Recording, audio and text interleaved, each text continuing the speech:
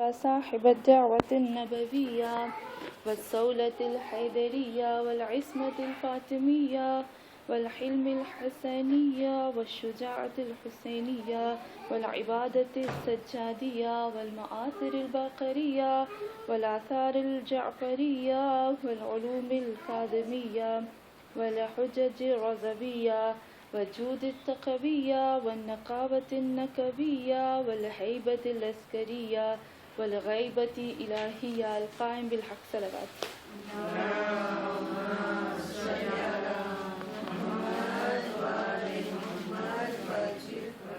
أما بعد فقد قال الله تبارك وتعالى في قرآن مجيد ولكن الله حبب إليكم الإيمان وزينه في قلوبكم وكره إليكم الكفر والفسوق والعصيان أولئك هم الراشدون صلوات.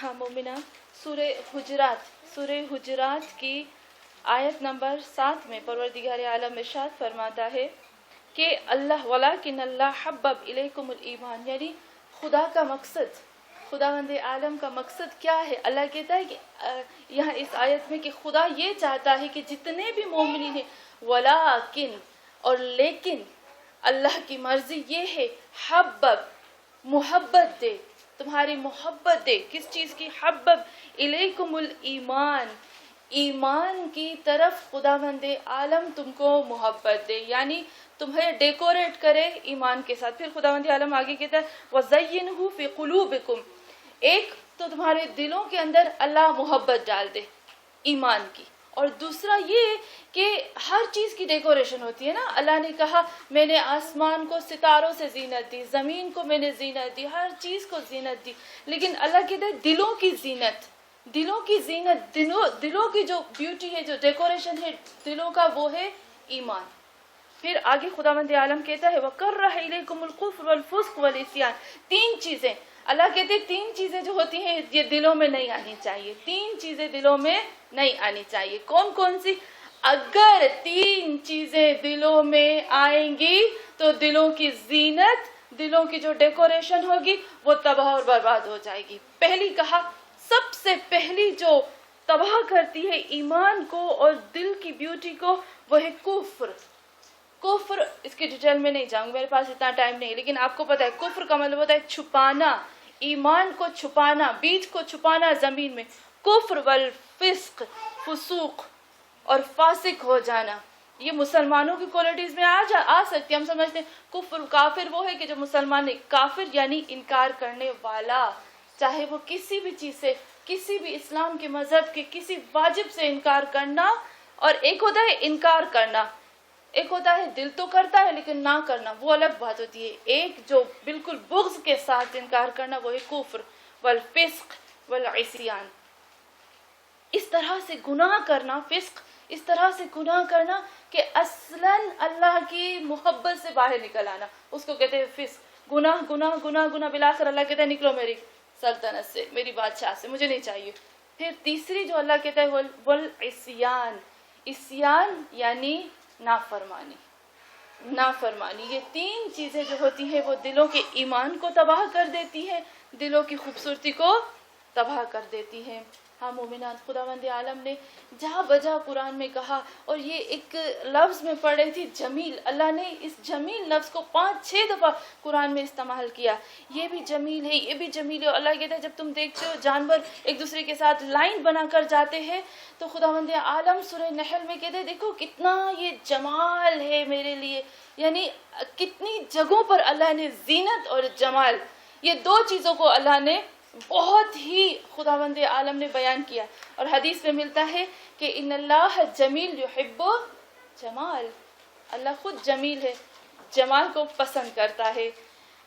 تو سب سے جب رسول خدا صلی اللہ علیہ وآلہ وسلم سے پوچھا گیا یا رسول اللہ نے کائنات میں سب سے بیوٹیفل چیز کون سی بنائی ہے، سب سے خوبصورت مخلوق، تو اللہ نے کہا، رسول خدا نے فرمایا اللہ نے سب سے بیوٹیفل، سب سے خوبصورت جو مخلوق بنائی وہ ہے عورت۔ عجب ہے نا، تھوڑا سا میک اپ کرتی ہے، تھوڑی سی تیار ہوتی ہے تو سب سے بیوٹیفل لگتی ہے، ایسے ہوتا ہے نا، بھلے کتنی بھی وہ کیسی ہی کیوں نہ ہو، لیکن اگر تھوڑا سا بھی تیار ہوتی ہے تو آٹومیٹکلی لوگوں کی آنکھیں اس کی طرف چلی جاتی ہیں. تو رسول خدا نے فرمایا کہ عورت پروردگار عالم نے سب سے بیوٹیفل اور مخلوق بنائی عورت. برائے خوشنودی امام زمان علیہ السلام بلند سے بلند تر صلوات.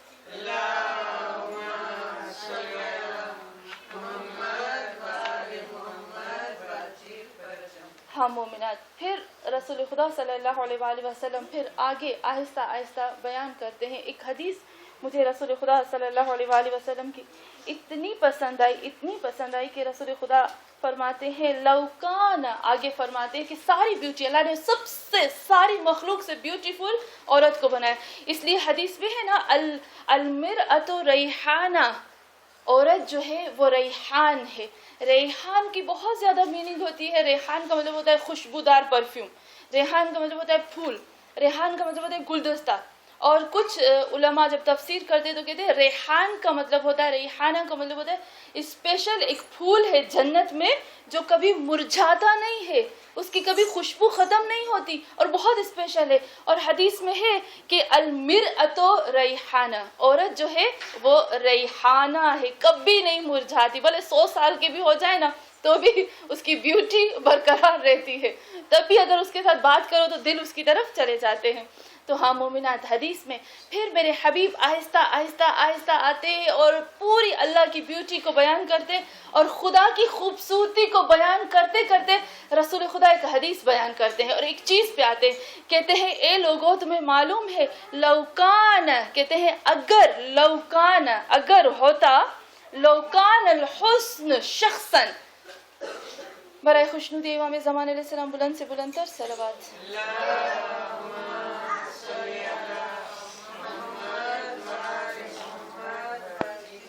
کہتے ہیں لوکان الحسن شخصا، یعنی کیا ہوگا اس کا ترجمہ فاطمہ سے پوچھتی ہوں. لوکان الحسن شخصا، اگر ہوتا حسن ایک شخص، ایک جسم، ایک مجسم، اگر پوری کائنات کی بیوٹی کو اگر لے لیا جائے اور اس کو جسم دیا جائے تو رسول خدا فرماتے بتاؤ مجھے کہ کیا بنے گا. لوگ خاموش، سب سے پوچھا بتاؤ مجھے لوکان الحسن شخصا، اگر بیوٹی پوری کائنات کی بیوٹی کو جسم دیا جائے تو کیا بنے گا.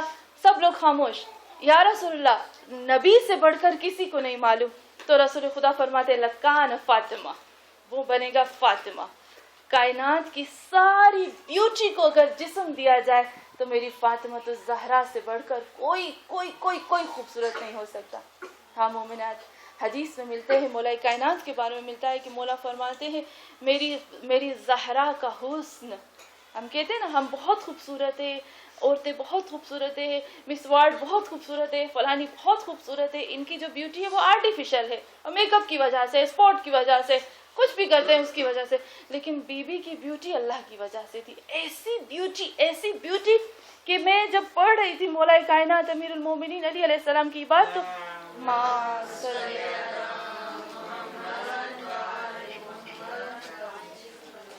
وہ خود فرماتے تھے کہ بی بی فاطمہ الزہرا کے لیے مولا فرماتے میری زہرا کا حسن. ابھی یہ فزیکل حسن کی بات ہو رہی ہے، یہ نورانی حسن کی بات نہیں ہو رہی، یہ روحانی حسن کی بات نہیں ہو رہی، یہ بیوٹی کی بات، جسم کی بات، یہ فاطمہ الزہرا کے جسم کی بات. رسول خدا فرماتے ہیں لوکان الحسن شخصا لکان فاطمہ، میری فاطمہ کے جیسا کوئی خوبصورت نہیں ہے.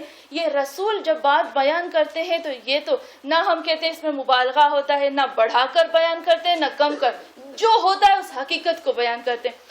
مولا کائنات امیر المومنین فرماتے ہیں کہ میری زہرا کا چہرہ ایسا ہے جیسے 14ویں کا پورا چاند. پہلے کہا میری زہرا کی گردن کی بات کر رہے ہیں کہ میری زہرا کی جو گردن ہے وہ بالکل ایسے ہے کہ جیسے پیور چاندی کا ٹکڑا، چاندی کے پیور ٹکڑے کو آپ لے لو اور وہ کس طرح سے خالص اور وہ چمکتا ہے. میری زہرا کی گردن ایسے ہے. پھر کہتے ہیں میری زہرا جب مسکراتی ہے تو ایسے لگتا ہے کہ یہ سارا جہان مسکرائے. فزیکل بات ہو رہی ہے، یہ نہ نورانی ہے نہ روحانی. کہا میری زہرا کا چہرہ ہمیشہ کھلا کھلا ہوتا تھا، یعنی ہمیشہ کھلا، اور ہمیشہ ان کے لبوں پر مسکراہٹ رہتی تھی، ہمیشہ وہ مسکراتے تھے۔ اور پھر مولا کائنات فرماتے میری زہرا کے جو دانت تھے وہ ایسے تھے جیسے لو کو اگر آپ ایک تار میں پرو دیں تو وہ لو کی کس طرح سے وہ لکیر بن جاتی ہے، وہ لائن بن جاتی ہے۔ مولا کائنات فرماتے ہیں کہ زہرا کے دانت ایسے تھے جیسے لو جڑے ہوئے ہوتے ہیں۔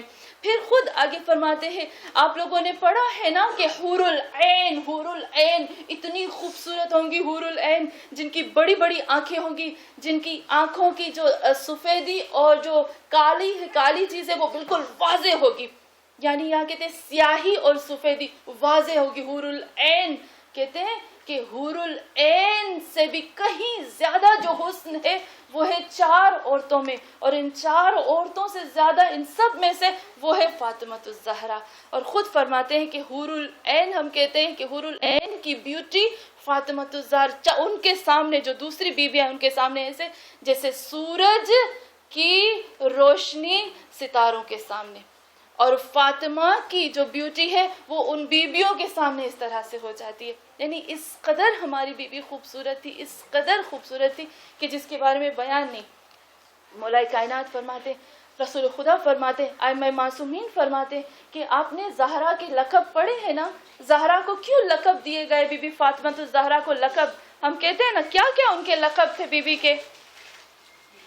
سب سے پہلا لقب فاطمہ، پھر حورا، پھر حورا الانسیہ، پھر تفاحۃ الفردوس۔ یہ سب کا مطلب کیا ہے؟ جیسے ہم کہتے ہیں حورا یعنی حور وہی بڑی بڑی آنکھوں والی، جس کی سیاہی اور سفیدی آنکھوں کی واضح ہو، جس کی ہاتھ جس طرح سے اگر ہاتھ اٹھاتی ہو تو اس کی ہاتھوں سے نور کی روشنی، نور کی کرن نکلتی ہے۔ جسے رسول خدا کے بارے میں امام باقر علیہ السلام فرماتے ہیں نا کہ رسول خدا صلی اللہ علیہ وآلہ وسلم جب ہاتھ یوں کرتے تھے تو اس میں سے نور کی کرنیں ایسے لگتی تھی کہ جس طرح سے چاندی کیا اپنی روشنی کو چھوڑ رہی۔ فاطمۃ الزہرا بالکل ایسی تھی۔ ایک اور دوسرا کا تفاحۃ الفردوس، جنت فردوس، ایک جنت جس کا نام فردوس ہے۔ تفاحہ یعنی پوم، یعنی ایپل، یعنی سیب، جنت فردوس کا سیب۔ اور پھر کہتے ہیں زہرا، جمال الابا، نوریہ، درۃ البیضاء، پھر کہتے ہیں صرف الابا، اور پھر کہتے ہیں غرۃ الغرہ۔ یہ مجھے ان کا لقب بہت خوبصورت لگا۔ برائے خوشنودی امام زمان علیہ السلام بلند سے بلند تر صلوات۔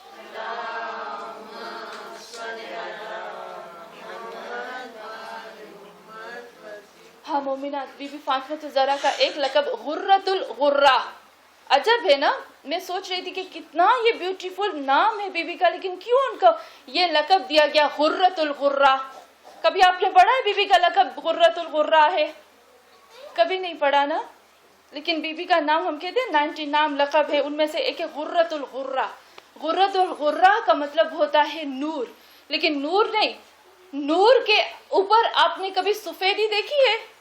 نور کے اوپر جو نور ہوتا ہے، آپ دیکھتے ہیں نا، ہم کہتے ہیں ایک نور ہے، لیکن نور کی جو چمک ہوتی ہے، نور کے اوپر نور، اور وہ جو نور کا چمک ہوتا ہے اس کو کہتے ہیں غرۃ الغرہ۔ یعنی فاطمۃ الزہرا کو کہا گیا نور کے اوپر نور۔ یہاں رسول خدا اور ائمہ معصومین یہاں یہ بتانا چاہتے ہیں کہ دیکھو فاطمۃ الزہرا کی بیوٹی کائنات کی سب سے بیوٹیفل وومن تھی، عورت تھی، کائنات کی پوری، تبھی تو ان کو سیدۃ النساء العالمین کہا گیا۔ ان کی ماں سب سے بہترین، سب سے خوبصورت ترین عورت تھی عرب کی، لیکن اس کے باوجود بی بی نے اپنی بیوٹی کو کسی نامحرم کے سامنے ظاہر کیا۔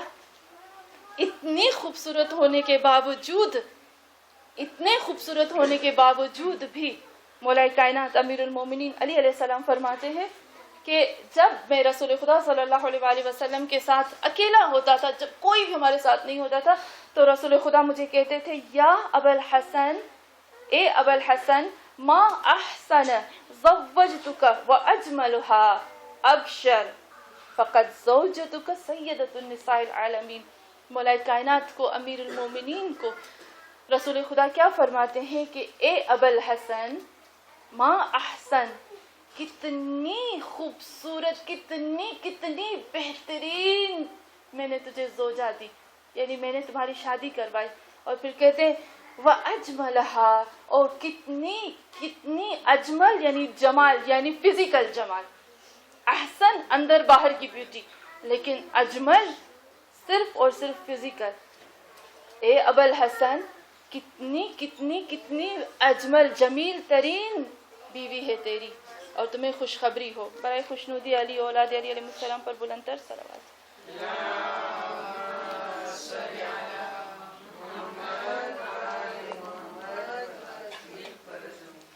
ہاں مومنات، یہاں مولا کائنات کو کہا دیکھو فاطمۃ الزہرا کس قدر خوبصورت ہے، ہم ان کے سامنے کیسے ہوں گے، ہم حور العین کے سامنے کیسے ہوں گے.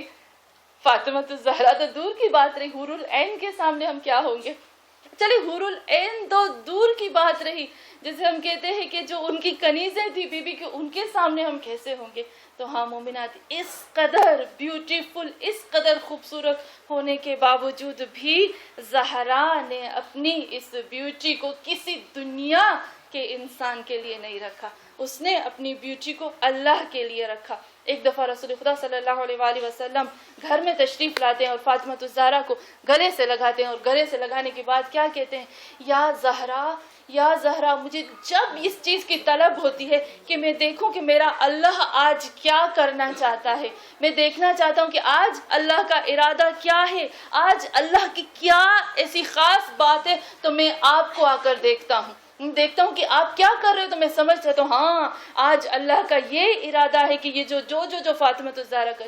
کیونکہ آپ نے اپنی پوری زندگی کو، آپ اپنے اٹھنے کو، کھانے کو، پینے کو، جینے کو، ہر چیز کو اللہ کی رضا کے لیے ختم کر دیا ہے. ہاں مومنات، ہم دیکھتے ہیں، میں زیادہ ٹائم نہیں لوں گی آپ لوگوں کا، بس چھوٹی سی ایک حدیث بیان کر کے اپنے اس مجلس کو، اس جشن کو تمام کر دوں گی. ہم کہتے ہیں شفاعت، ہمارے پاس دو لفظ ہیں عربی میں، ایک ہے شفاء، ایک ہے شفاع. شفاء غلط، شفاع ٹھیک ہے. ہم کہتے ہیں کہ ہماری بیوی جو ہے وہ ہماری شفاعت کرائیں گی، ہماری شفاعت کرائیں گی. شفاء کا مطلب کیا ہوتا ہے؟ ہینگ کرنا، کسی چیز کو لٹکنا. ایک میننگ بہت زیادہ ہے، ان میں سے ایک ہے لٹکنا، چپک جانا. تو کیوں یہ لفظ کہا گیا کہ بی بی فاطمۃ الزہرا شفاعت کرائیں گی؟ کیونکہ حدیث میں ملتا ہے کہ قیامت کے دن وہ بی بی جو سب سے خوبصورت ہے، سب سے حسین ہے، روحانی، جسمانی، ہم کہیں گے معنوی، اور ہر لحاظ سے جو بہت خوبصورت ہے، وہ بی بی کس طرح سے شفاعت کرائیں گی؟ وہ کہتے ہیں کہ اگر کوئی مومنہ، حدیث میں ہے، کنیز فاطمہ ہے، تو اس کی فاطمۃ الزہرا شفاعت کرائیں گی. لیکن شفاعت کیسے کرائیں گی؟ کہ جب پل صراط سے تمام مومنین کو گزرنا ہوگا، تو پل صراط پر سب سے پہلے رسول خدا فرماتے ہیں میری زہرا گزرے گی. کیوں بی بی کو گزرنے کی ضرورت ہے پل صراط سے؟ ان کو کیا پل صراط سے گزرنے کی ضرورت ہے؟ حتیٰ کہ کہا جاتا ہے نا، مومن جب پل صراط سے گزرے گا، مومن کی بات ہے، ابھی ائمہ معصومین تو بہت دور ہے، مومن جب پل صراط سے گزرے گا تو جہنم کی آگ نیچے سے کہے گی اے مومن جلدی سے گزر جاؤ، کیونکہ تمہارے، اور کہتے ہیں حدیث میں کہ مومن ایک لہجے میں پل صراط سے گزرے گا، اور نیچے سے تب بھی جہنم آواز دے گی اے مومن اس سے بھی جلدی سے گزر جاؤ، کیونکہ تمہارے وجہ سے میری جہنم کی آگ ٹھنڈی ہو رہی ہے، میری جہنم کی آگ ٹھنڈی ہو رہی ہے. تو مومن اور ائمہ معصومین اور 14 معصومین تو کہیں دور کی بات رہے، یہاں فاطمۃ الزہرا پل صراط سے گزرے گی، لیکن اپنی ذات کے لیے نہیں گزرے گی، وہ ہمارے لیے. رسول خدا فرماتے فاطمۃ الزہرا میری امت کے لیے گزرے گی، تاکہ جتنے بھی میرے امت والے وہ میری زہرا کی چادر کو پکڑ کر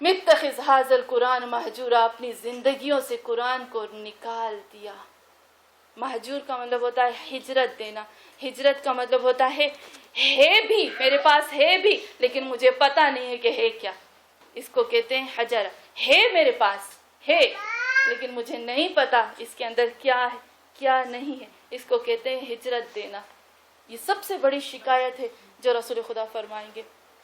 ہاں مومنات، ہم آخر میں یہی دعا کرتے ہیں کہ خدایا تجھے واسطہ ہے اپنے نبی صلی اللہ علیہ وآلہ وسلم کا، اے پاک پروردگارہ تجھے واسطہ ہے بی بی فاطمۃ الزہرا سلام اللہ علیہا کا، خدایا اس فاطمۃ الزہرا کا واسطہ ہے یا اللہ جس کے لیے آج یہ محفل سجائی گئی ہے، خدایا خدایا خدایا اس فاطمۃ الزہرا کا واسطہ ہے جس کی پوری زندگی خوبصورت تھی، پوری اس کا اٹھنا بیٹھنا، اس کی اولاد کے نام بھی خوبصورت، حسن حسین زینب، اے اللہ اس فاطمۃ الزہرا کا واسطہ جس کا بابا محمد، جس کا شوہر علی ہے، اے پاک پروردگارہ تجھے تیری پروردگاریت کا واسطہ ہے، اے اللہ ہمارے تمام گناہان کبیرہ اور صغیرہ کو معاف فرما، اے پاک پروردگارہ اے اللہ تجھے واسطہ ہے بی بی فاطمۃ الزہرا کا، اے اللہ تجھے واسطہ ہے ان کی ولادت کا، اے پاک پروردگار ہماری جتنی بھی حاجات ہیں ان کو پورا فرما، اے اللہ تجھ سے ہم ہاتھ اٹھا اٹھا کر دعا کرتے ہیں، تو خود کہتا ہے نا قرآن ناطق کے بعد قرآن صامت کے بعد، اور جب بالخصوص جب پنجتن کے نام پر محفل سجائی جاتی ہے، مجلس بنائی جاتی ہے، تو ضرور ضرور تو ہماری دعاؤں کو قبول کرتا ہے۔ اللہ تجھے تیرے قرآن کا واسطہ ہے، تجھے تیرے اہل بیت علیہ السلام کا واسطہ ہے، خدا یا جو مومنہ یہاں پر حاضر ہیں اور جو پریشان حال ہے، خدا یا ہم سب کی پریشانیوں کو دور فرما، اے اللہ تجھے واسطہ ہے بی بی فاطمۃ الزہرا کا، خدایا تجھے واسطہ ہے علی کا، اے اللہ جو بہن اپنے گھروں کے لیے اپنے شوہروں کے لیے خدایا اپنی اولادوں کے لیے پریشان ہے، ان کی پریشانی کو دور فرما، اے اللہ تجھے اولاد فاطمۃ الزہرا کا واسطہ ہے، اے پاک پروردگارہ تجھے اولاد نبی کا واسطہ ہے، اے اللہ تجھے بی بی خدیجہ کی اولاد کا واسطہ ہے، یا اللہ تجھے امام حسن اور حسین کی اولاد کا واسطہ ہے، اے خدایا ہماری اولادوں کی حفاظت فرما، خدایا ہماری نسلوں کی حفاظت فرما، بالخصوص ان کے ایمان کی، ان کے دین کی، ان کے مذہب کی حفاظت فرما، اے اللہ تجھ سے دعا کرتے ہیں آخر میں کہ اے پاک پروردگارہ جنہوں نے یہ محفل رکھی ہے بی بی فاطمۃ الزہرا سلام اللہ علیہا کے لیے، خدایا ان کے اوپر اپنا خاص رحم اور کرم نازل فرما، ان کی تمام حاجات کو پورا فرما، ان کی تمام مشکلات کو حل فرما، اور اے خدا ہم تجھ سے التجا کرتے ہیں یا اللہ یہ جو بی بی کی ولادت آنے والی ہے، اے اللہ ہم بی بی کی ولادت کی مبارک دیتے ہیں امام زمان علیہ السلام کو، بے شک ہم گناہ گار ہیں لیکن خدایا ہمارے دل تیرے لیے تیری محبت سے بھرے ہوئے، اہل بیت کی محبت سے بھرے ہوئے، پروردگارہ ہمارے گناہوں کو نہ دیکھنا، خدایا جو ہم مبارک دیتے ہیں امام زمان علیہ السلام کو، خدایا وہ امام زمان علیہ السلام ہم سے اس مبارک کو قبول فرمائے، خدایا ہمارے امام مہدی آخر زمان کا ظہور جلد از جلد۔